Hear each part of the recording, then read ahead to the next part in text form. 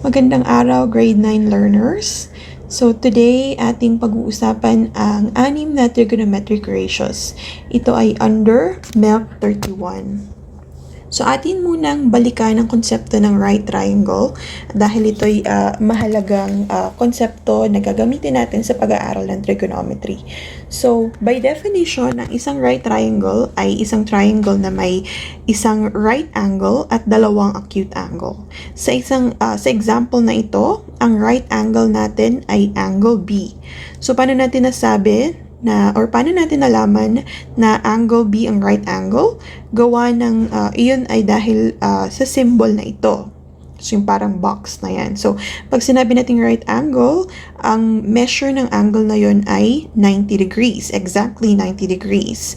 So, bukod sa may isang right angle ang isang right triangle, meron din siyang dalawang acute angles. Sa example na to, ang acute angles natin ay angle A at angle C.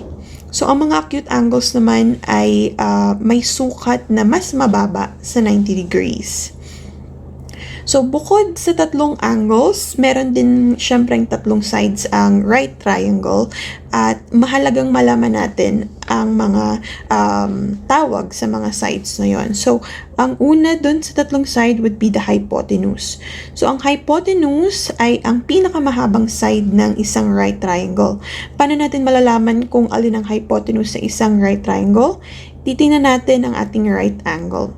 So, ang right angle na B, yung katapat niyang side, which is side AC, yun ang hypotenuse. So, kung saan nakatapat na side ang right angle, yun ang ating hypotenuse. Ang sunod naman ay ang opposite side. So, pag kailangan natin kunin ang opposite side, mahalaga na tingnan natin kung ano yung reference angle na tinutukoy. Dito sa example na to, ang reference angle natin, so sinisignify yun ng theta, ay angle C. So, opposite side, ibig sabihin katapat. So, ang katapat na side ng angle C ay yung red na side, which is side AB. So, yun ang ating opposite side. At ang ikatlong side natin ay ang tinatawag na adjacent side. Yun naman yung kulay blue. So, yung adjacent side, it's the side next to the reference angle in a right triangle. So, ito yung reference angle natin. May dalawang side siyang katabi. Pero yung isang side, lagi yung hypotenuse. So, yung remaining side, yun yung tinatawag nating adjacent side. So, yung tatlong yan ang parts ng ating right triangle. Ngayong alam na natin ang parts ng isang right triangle, pwede na natin kunin ang 6 na trigonometric ratios. Sisimulan natin ito sa pag-identify ng 3 basic trigonometric ratios, which are sine theta, cosine theta, and tangent theta. So, dahil ang mga trigonometric ratios na to ay defined by the sides of a right triangle, kailangan muna nating i-identify ulit ang parts dito sa triangle na to kasi ibang triangle na siya. So, uunahin nating kunin ay ang hypotenuse. So, sa triangle TRG, ang hypotenuse natin ay ang side TG dahil siya yung side na katapat ng right angle R. So, let's label that as our hypotenuse. Next, kailangan nating alamin kung alin ang opposite side. So, tandaan, pag opposite side ang hinahanap, kailangan nating tingnan ng reference angle. So, ang reference angle natin sa example na to ay angle G. Ang katapat niyang side ay side TR. So, i-label natin yon as our opposite side. And ang ikatlong side natin ay ang adjacent side. So, yung natitira ay side RG. Ayan. So, ngayong alam na natin yung labels or meron na tayong label, pwede na natin kunin ng sine, cosine, and tangent. Sabi sa ating formula, ang sine theta ay ratio ng opposite side over hypotenuse. So, ang opposite side natin ay side TR, while ang hypotenuse naman natin ay side TG. Next, ang cosine theta ay defined by the ratio adjacent over hypotenuse. So, ang adjacent side ay RG at ang hypotenuse natin ay TG. Finally, ang tangent theta natin ay opposite over adjacent. So, ang opposite side ay TR over adjacent side, which is RG. So, yan yung mga ratio ng side. So, mamaya magkakaroon tayo ng example kung saan meron na siyang actual value. So, syempre medyo mahaba yung ating mga formulas. Ma'am, paano ba natin pasisimplihin yun? Or paano ba natin matatandaan ng mas madali yung formula ng sine theta, cosine theta, and tangent theta? So, gagamitan natin yan ng mnemonic device. So, yung mnemonic device na so, ka, towa, yung gagamitin nyo para madali nyo matandaan ang formula. So para sa sine theta, kasi ang sine theta ay opposite over hypotenuse, kaya so. And then, para sa cosine theta, gagamitan natin ng mnemonic device na ka. Kasi cosine theta is equal to adjacent over hypotenuse. And then, yung tangent theta naman, gagamitin natin yung towa. Kasi, yun ay opposite over adjacent. Okay? Malinaw ba? So,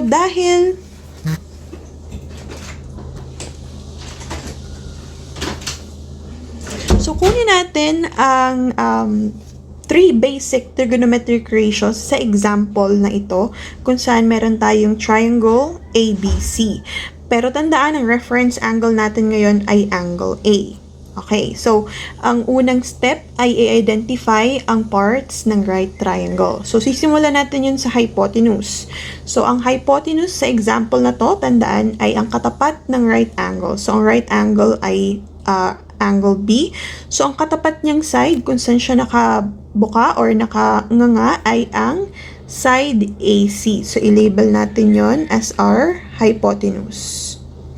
So, after the hypotenuse, ililabel naman natin ang opposite side. So, sa opposite side, kailangan natin ng reference angle. So, ang reference angle dito sa example na to ay angle A.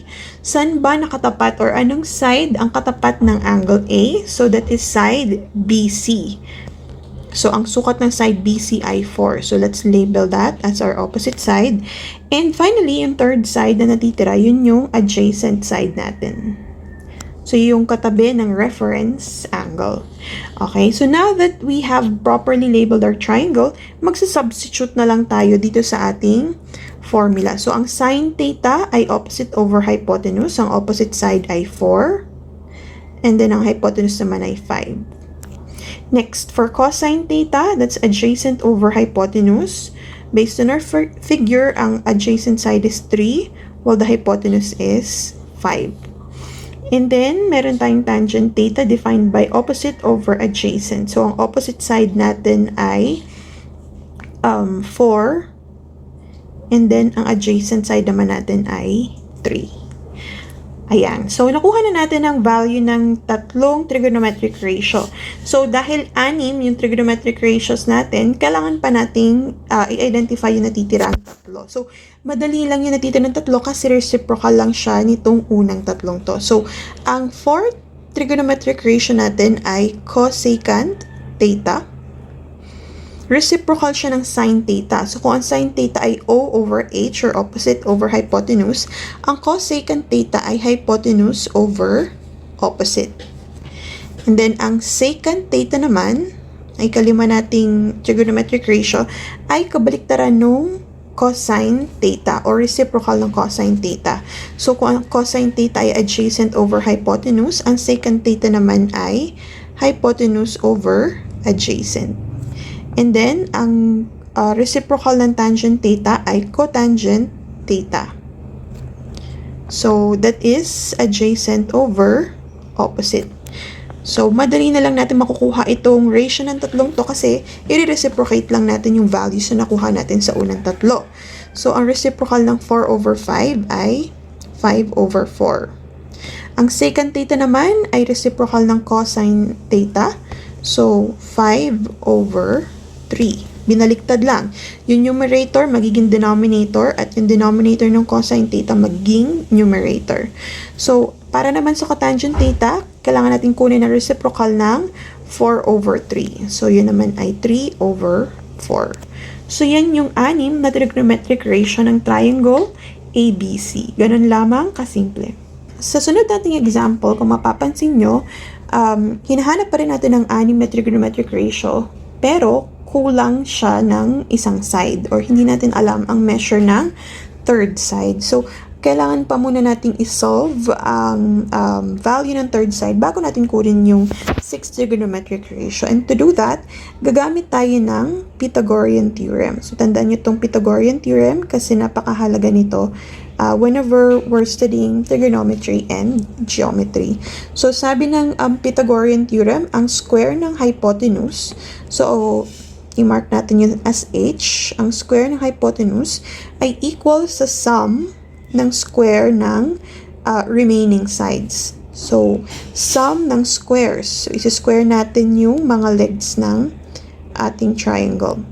Tapos, isi-solve natin yung h. So, h squared is equal to, ang square ng 6 ay 36, at ang square naman ng 8 ay 64. So, kunin ang sum ng 36 at 64, that's 100. So, 100 ang value ng h squared. Since h lang ang kailangan natin kunin na ang square root ng both sides. So, h is equal to 10. So, ang value ng ating hypotenuse or GO is 10. So, ilagay natin yan sa ating figure.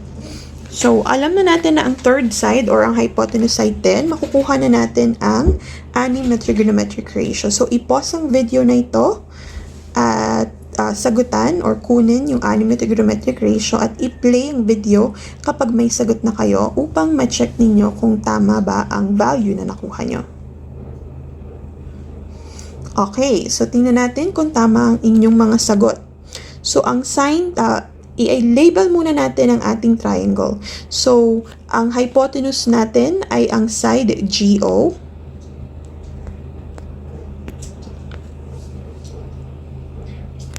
Ang opposite side natin, so kailangan muna natin tingnan kung alin ang reference angle. So, ang reference angle natin ay angle O. So, ang katapat niyang side ay EG. So, ito yung ating opposite side. And then, ang third side natin, yun yung adjacent side. So, kunin na natin ang 6 na trigonometric ratio. So, ang sine theta ay opposite over hypotenuse. 6 over 10. Ang cosine theta naman ay adjacent over hypotenuse. Ang tangent theta naman ay opposite over adjacent. So, ano mapapansin nyo sa tatlong fractions na ito? Pwede pa silang i-simplify. So, kung ito yung sagot nyo, kailangan pa natin i-simplify. Tandaan, kapag ang sagot natin ay fraction, we should always express that in lowest term. So, cancel ang common factor ng 6 at 10. So, ano bang common factor, highest common factor ng 6 and 10? That is 2. So, cancel natin ang 2 mula sa 6. Magiging 3 na lang siya. At yung 10, magiging 5 na lang. So, we do the same dito sa dalawang fraction. Kaya, ang cosine theta ay 4 over 5. At ang tangent theta naman ay 3 over 4. So, madali na lang natin makukuha ang remaining 3 ratios kasi sila ay reciprocal lang ng first 3. So, ang cosecant theta ay 5 over 3. Ang secant theta naman ay 5 over 4. At ang cotangent theta ay 4 over 3. So, sana ay tamang lahat ang inyong sagot. Kung may mga mistakes man, feel free to replay the video para mas maintindihan nyo kung paano naging ito yung mga correct answers. So, that's all for our lesson. See you on our next video.